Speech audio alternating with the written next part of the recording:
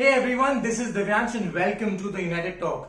Bournemouth 1, Manchester United 0 is the latest scoreline. And it's so frustrating to be a Manchester United fan right now because after a week of positive results, positive displays from almost everyone, this is what we get today in the game. This is how we perform in the game today. Ole Gunnar Solskjaer, he put out the same lineup that he put out against Norwich, and he cannot be blamed because for putting out the lineup because those are the best players right now for United because of injuries, because of transfer market failings or whatnot. These are the best 11 players that need to be on the pitch right now for United, except for one, Ashley Young. When Brendan Williams has performed so well against Chelsea, against other opposition that he's played in, why not give him a chance? Okay, fine, we'll come to that later. Maybe Ashley Young did start. Okay, it was a good team still. It was a team capable of beating Bournemouth. In the first 15 minutes, it looked like Manchester United could get a victory out of this game. And Andres Pereira, you gotta score a goal in those first 15 minutes. The first pass from Daniel James to Pereira, he didn't even touch the ball. He should have scored. Forget scored, he should have fucking hit the target. He didn't even touch the ball. Again, 5 minutes later, he gets a chance on the ball. He didn't even hit the target. And we've been praising Pereira in the last 3 or 4 games that he's developing, he's improving. For this, you have to be consistent. And I've heard some people, I heard commentators talking about how poor the weather was and how it was difficult for United. Yeah, heck, well, Bournemouth was playing in the same game. And Bournemouth was just the weather was bad, right? So Bournemouth was putting long balls, which was affecting our defensive line and it was benefiting their forwards. Yeah, so what? You are Manchester United, you get paid in millions week in, week out for not being able to tackle rain. I can't accept this fact. Okay, you're playing for the best club in the world. So you have to deal with such situations. And football is best when it's played in the rain, right? I mean, I don't even want to hear such kind of excuses that, oh, the weather was bad, oh, the wind was blowing against us and blah blah blah. And look at the performance, the first 15 minutes was good for us. And then I'm thinking, keep the ball, create more chances, continue to do what you're doing. And no, United goes back and gives the onus to Bournemouth. How? By sloppy passing, by poor plays, by no proper pass in the final third. And this has been the definition of Manchester United throughout the season this year. Throughout the 11 games in the Premier League and some games in the Europa League that we've played and the Carabao Cup, we have been poor when it comes to passing. And I know there are exceptions of Daniel James giving those wonderful crosses to Rashford against Chelsea and Liverpool. But then our overall passing this season has been poor. And that's how Bournemouth got back into the game. They were starting to get more possession of the ball. They were starting to impact the play. And during the first half, I'm thinking, okay, 35th, 38th minute, the game is now 50-50. The first 15 minutes, United was playing well, and suddenly they just became flat. And then the goal comes. And the reason it's so frustrating is because it was a mistake by arguably one of the best performers of the season so far. It was a mistake by Aaron Wan-Bissaka.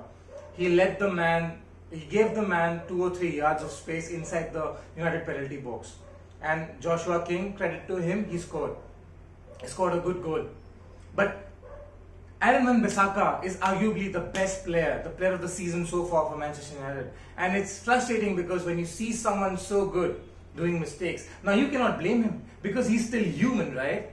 And he's allowed to do a mistake or two because otherwise also in the game he made so many good tackles, he made so many good challenges. So yes, he was doing good, but that one mistake cost us.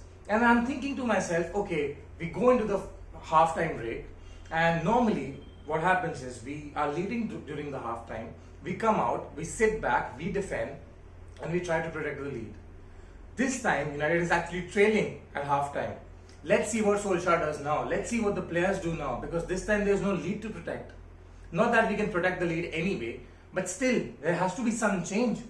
Now, Andres Pereira did not have a good game in the first half. Ashley Young did nothing in the first half. Okay, you come out, you give a halftime speech, you come out, you try the players for the first 10-15 minutes. And I'm thinking to myself, Pereira, he's not impacting the game even in the second half. And I was hoping that when United comes out in the second half, the play is better, the passing is slicker. But no, it's the same.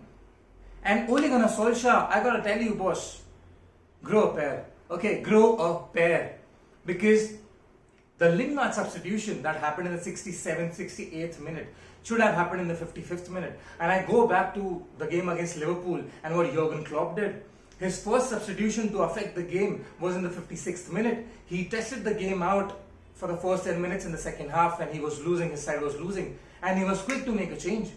Now again, people are going to come out and say, oh, but then what has Jesse Lingard done? I know he's a 26-year-old teenager who does nothing for United. But then who else do you have on the pitch? Who else do you have on the bench? There's Greenwood who can impact the game. There's arguably Lingard who might impact the game. Who else is there?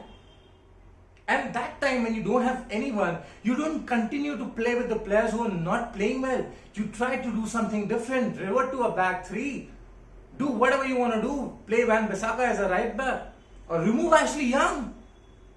Remove Ashley Young. What has Ashley Young done in the game? What has Ashley Young done in the past 3, 4, 5, 6 games? Nothing. And when you know that Luke Shaw is injured, you have to play him, that's fine. But in this case, you have someone like a Brendan Williams.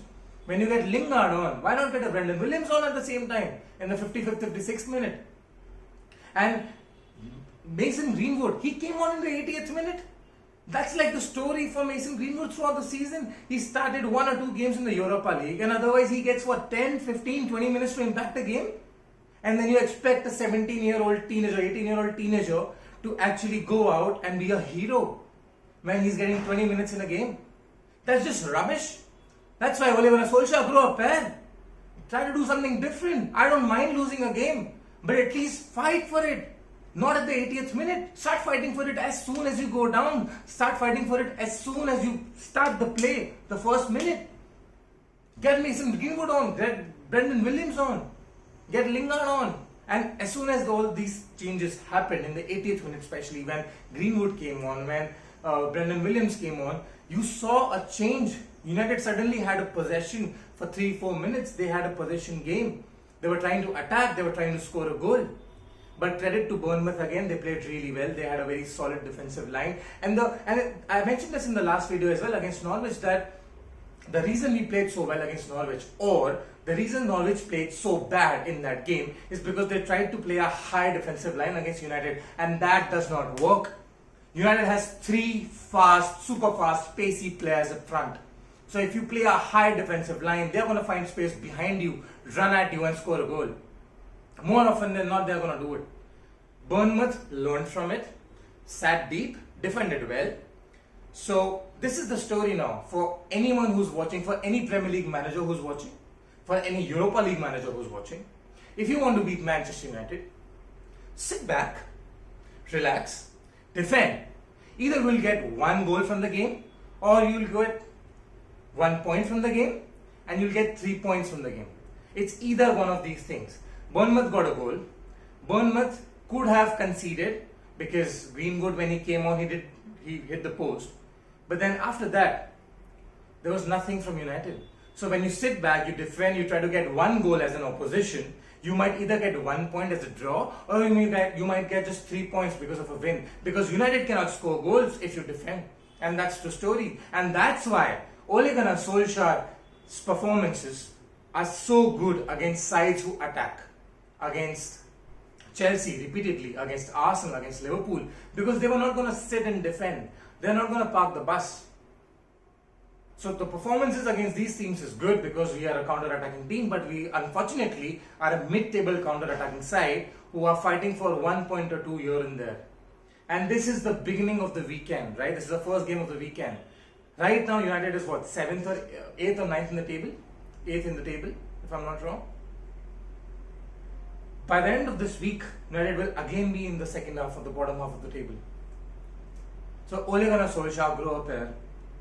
Manchester United players, when you know that this season is a turmoil, this season is finished by the way, this season is gone. Forget top 6. Don't even think about top 4. Forget top 6. We're not, just pray to all your gods, whoever you pray to, that we are going to finish in the top 10.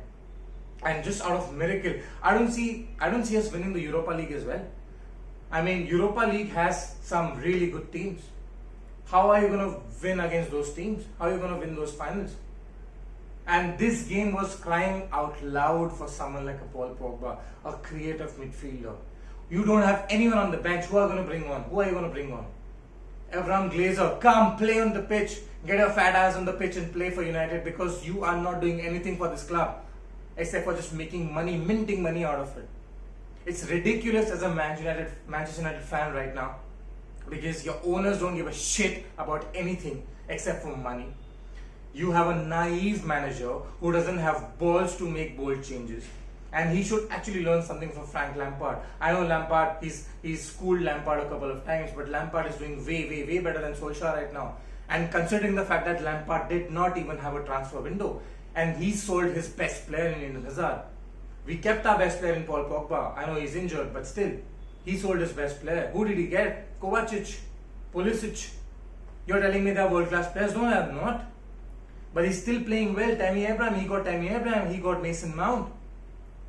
He got Kurt Zuma playing with that young centre-back.